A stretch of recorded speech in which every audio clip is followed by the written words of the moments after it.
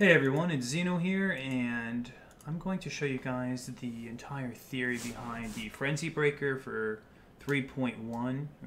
3.1, yeah.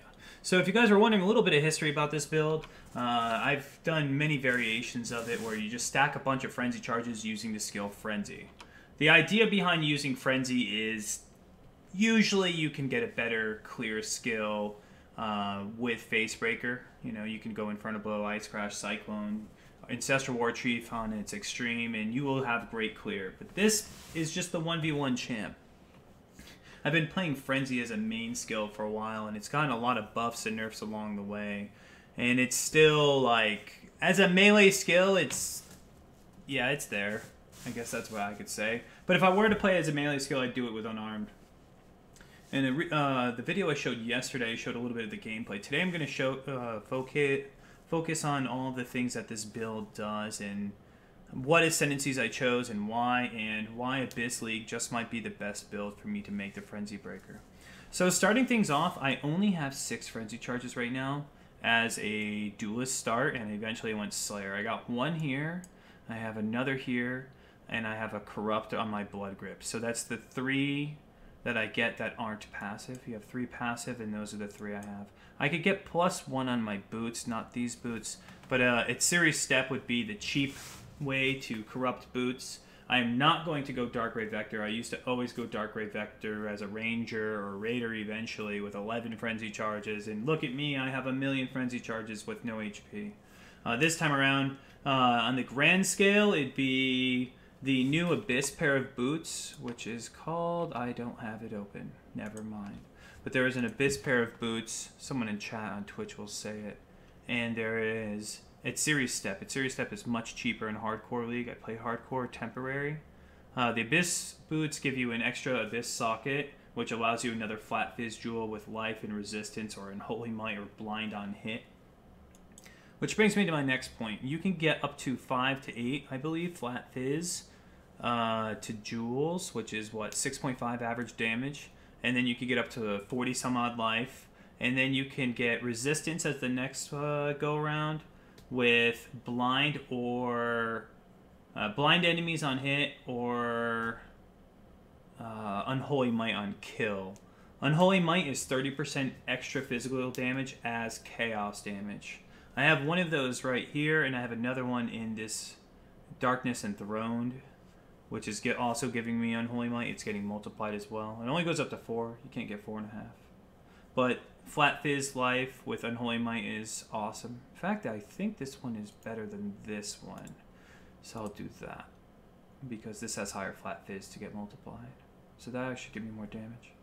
The Unholy Might would actually be perfect too, because 2 times 1.5 is 3 exactly, whereas 3 times 1.5 is 4.5, and we lose half of it. So in terms of min-max, we'd get the same amount of Unholy Might. Yeah? Cool. This is better. Thanks, build guide. I got the +1 Blood Grip.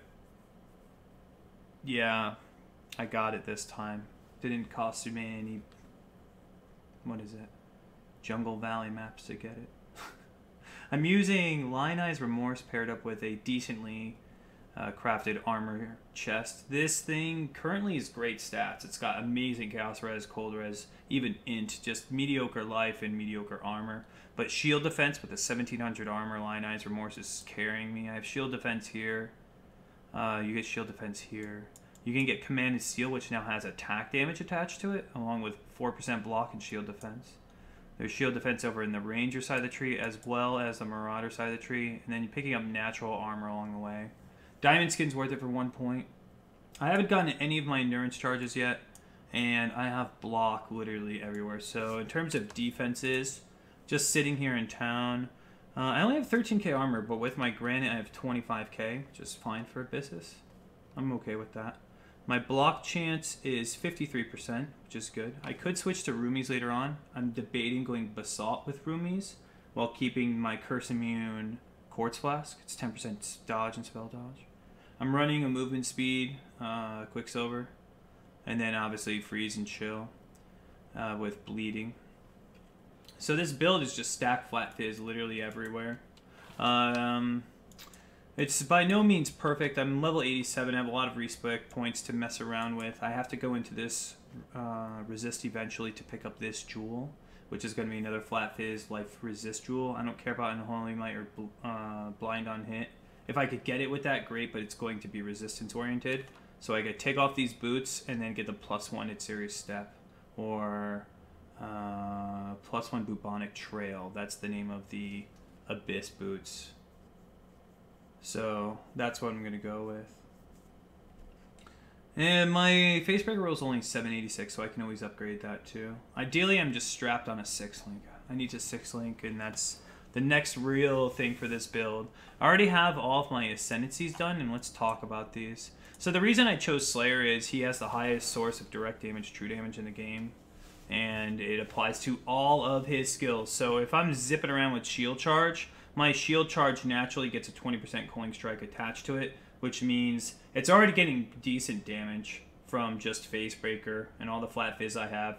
I have Fortify attached to it, which does increase damage, and then faster attacks, which is utility and blood magic, so I don't get caught off with my mana.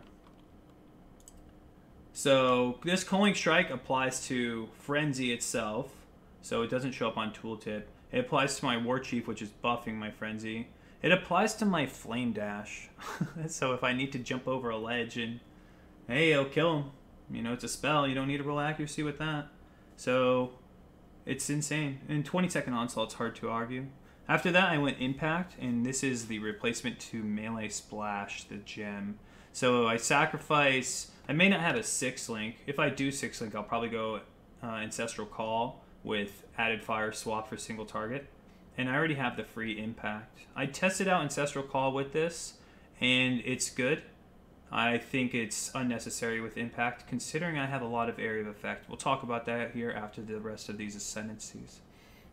The last one here is Headsman, which is, or excuse me, the second to last one. 20% more damage if you've killed recently, so that's global damage to everything, including unarmed, with 15% AoE. The total here is 10 with 20, so 30 plus 15. We have 45 AoE alone from Slayer. And then we have the Endless Hunger, which is 20% of overkill damage as leeches life, as well as life leech effects are not removed at full life. This allows me to run, where is it? Damage on full life. Because I'm guaranteed to overleech and then I could keep overleeching, it'll always keep me topped off, so this gem becomes really useful for me. I only get 0.2 attack leech though, with the exception of Pure Talent. So Pure Talent is something that every single time you make a build, you need to ask yourself, can I use Pure Talent? This is an automatic check. If you're a veteran to Path of Exile and you always run through a checklist, add this to your checklist. It's Pure Talent. Depending on where you start on the tree, and depending on where you're connected to, on whomever start on the tree, you get a buff. I'm connected to Marauder, Duelist, and Ranger, so let's read those. So for Marauder, I'm connected right here. I spent the skill point for the Armor and Life, which isn't bad. And it also gives me 15% increased area of effect. Generally speaking, I go to here anyways for life, so this is a free gimme. So that's 15% AoE on top of the Slayer 45, so now we're at 60. Duelist, I get 1% pure attack damage leashes life. I am a Duelist. I start at Duelist, so I didn't even have to achieve that. That is a passive. And considering I have Endless Hunger, I need that extra attack damage without having to spec it into my tree. So now this jewel provides that for me. And then last is Ranger, which gives 7% increased movement speed, as well as 12 life and some evasion. This is the least effective, however, it does give life and movement speed, a decent amount of movement speed for shield charge. And if I run at Serious Step, the evasion will become pretty useful. So that's why Pure Talent is good for both Endless Hunger and for Impact, because you get Area of Effect and Leech, and then Shield Charge benefits from the movement speed over here. I'm still using Martial Artistry, which gives another 15% Area of Effect, which puts us at 75 in total. That is quite a bit for an unarmed skill. Like, usually we don't get this lucky. I could use Melee Splash Gem instead of Ancestral Call for a multiplier to AoE and increased AoE at quality. And it won't lower my single target damage. It will give me double dip on my splash. So it'll make it so I hit more in a circle. I will still hit in a circle, a bigger circle than currently, because Impact and Melee Splash do stack. But in that circle will be like 2 wallops. Impact and Melee Splash will both hit. Ancestral Call makes it so when I punch, 2 guys appear on left or right of me and also punch. So it's 3 circles, so 3 sources of damage. So running Melee Splash instead of Ancestral Call with Impact may still be worth it because it is a multiplier to melee AoE. And I have a bunch of it. It also gives 10% increased area of effect on quality. So it's something to think about. Just putting the 2 together might be better. And it won't give me reduced attack damage to single target, where Ancestral Call does hurt your single target. This is supposed to be the single target build. Honestly, I'm probably just going to rock Added Fire and say fuck the 2 of them. That's the cold-hearted truth right there. Give me more damage. I'd rather just get more damage.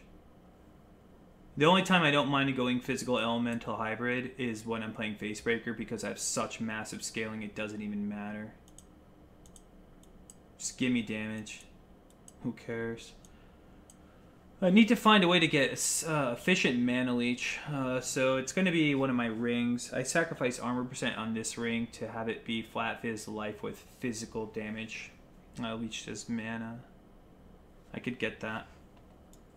And then this jewel here is another flat fizz abyssal jewel with resistance and life.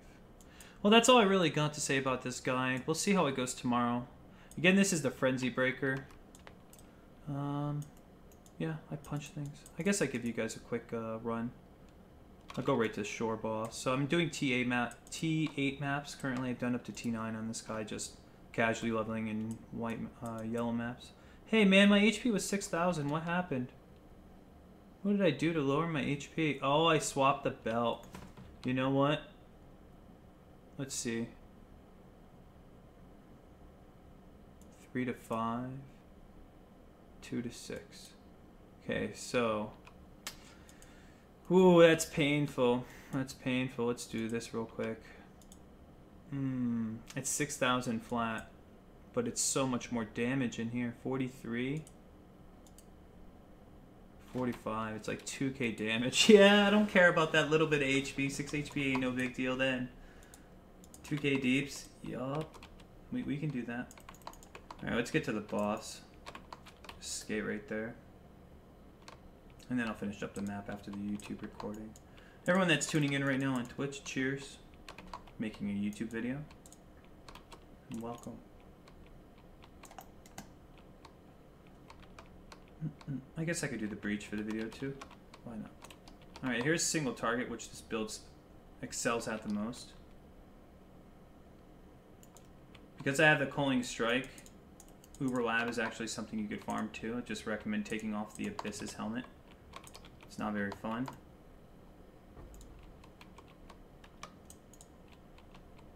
Ruthless is really strong with Frenzy because with Unarmed you attack really slow, but with Frenzy, because you get attack speed per Frenzy charge on top of the attack speed per Frenzy charge mod already, you end up swinging pretty quick. And generally speaking, Unarmed is a 1.0 very slow swing. You're using skills like Ice Crash, which are slow. Infernal Blow is just a one-hit KO, so that feels slow. Just hits a lot. Frenzy is just, you're punching really fast, so Ruthless is amazing with it. Alright, thanks for tuning in. Hope you guys like this stream. YouTube video. If you liked it, come on to my live stream, twitch.tv/ZenocideGenius. I'm here more often than not. Generally speaking, if I'm not releasing YouTube videos, I'm probably still on Twitch though, so you can find me there if you have any questions, Path of Exile related. Cheers, thanks for tuning in.